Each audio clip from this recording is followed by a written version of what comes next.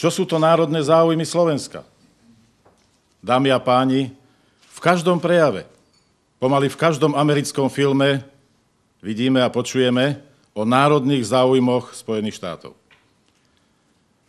Kedy sme naposledy počuli a z koho úst, čo sa týka našich predstaviteľov vlády, alebo pokiaľ ide o poslancov Národnej rady, alebo o akýchkoľvek vysokých štátnych predstaviteľov o národných záujmoch Slovenska.